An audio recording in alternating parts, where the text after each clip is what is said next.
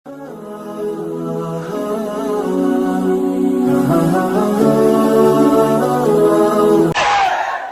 বাংলাদেশ আজ স্বাধীন বাংলাদেশ, ছাত্র জনতার একসাগর রক্তের বিনিময়ে অর্জিত এই স্বাধীন বাংলাদেশে যদি 15ই আগস্টকে কেন্দ্র করে কোন নৈরাজ্য সৃষ্টির পায়তারা করা হয়, সারা বাংলাদেশে তাদেরকে প্রতিরোধ করা হবে।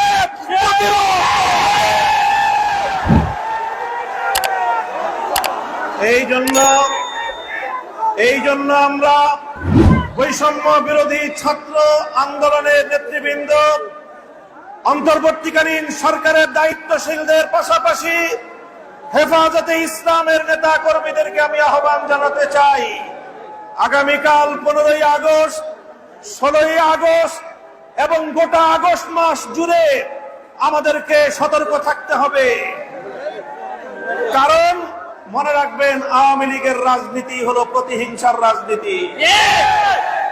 1975 সালে 3.5 বছরের অপশাসনের যুগে শেখ মুজিবুর রহমান সাহেব নির্বিচারে দেশের 30,000 যুবককে হত্যা করেছিলেন।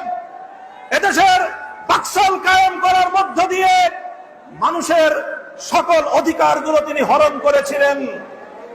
অধিকার হারা মানুষ তখন তারা ক্ষুব্ধ হয়ে ধানমন্ডির 32 নম্বর বাড়িতে অভ্যুত্থান পরিচালনা করেছিল। তখন এই শেখ হাসিনা ঘোষণা দিয়েছিল যে জাতি তার বাবাকে হত্যা করেছে তিনি সেই জাতির কাছ থেকে প্রতিশোধ গ্রহণ করবেন।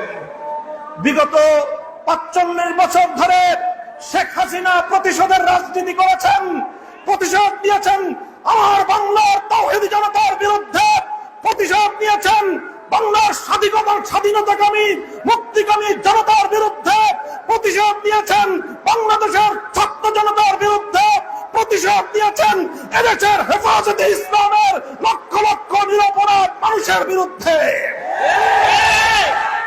তিনি একজন খুনির নেশায় মাতাল, খুনের নেশায় মাতাল।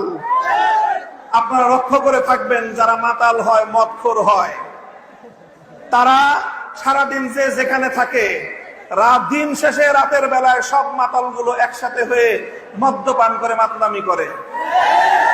বর্তমান পৃথিবীতে বড় বড় খুনের নেশায় মাতাল আছে। 1 নম্বর বিনিয়ামিন নেতানিয়াহু, 2 নম্বর ভারতের গুজরাটের কসাই নরেন্দ্র মোদী, 3 নম্বর বাংলাদেশের বিদায়ী ফ্যাসিবাদী শেখ হাসিনা। এই শেখ হাসিনা এখন গিয়ে খুনের নেশায় মাতাল হয়ে নরেন্দ্র মোদীর সাথে আখড়া করেছে। বাংলাদেশের স্বাধীনতার উপর হস্তক্ষেপ করার চেষ্টা করা হয়, তাহলে বাংলাদেশের মাটিতে ভারতীয় দূতাবাস থাকতে পারবে না। শেখ হাসিনার বিরুদ্ধে বাংলাদেশে বিভিন্ন থানায়, আদালতে হত্যা মামলা দায়ের হয়েছে। আমি আহ্বান জানাতে চাই, খুনি হাসিনাকে ধরে এনে বিচারের কাঠগড়ায় দাঁড় করাতে হবে।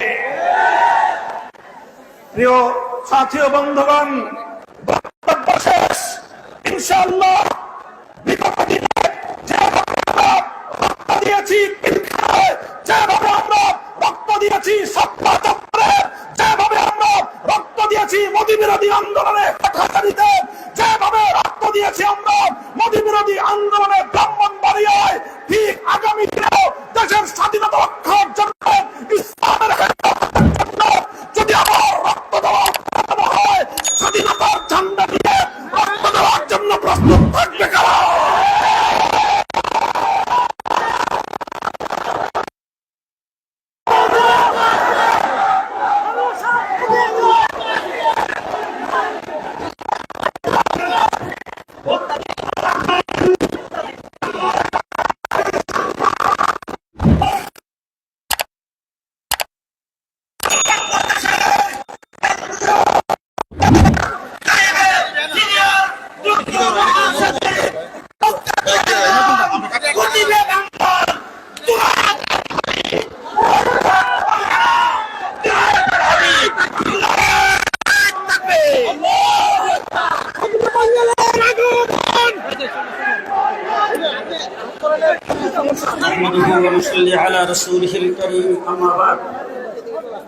আজকের এই সমাবেশের সংগ্রামী সভাপতি, মঞ্চ উপবিষ্ট হেফাজতে ইসলাম বাংলাদেশের কেন্দ্রীয় মহাসচিব, যুগ্ম মহাসচিব, কেন্দ্রীয় নেতৃবৃন্দ, সমবেত সাথী ও বন্ধুগণ, ফেরাউন পানি নিত্য নতুন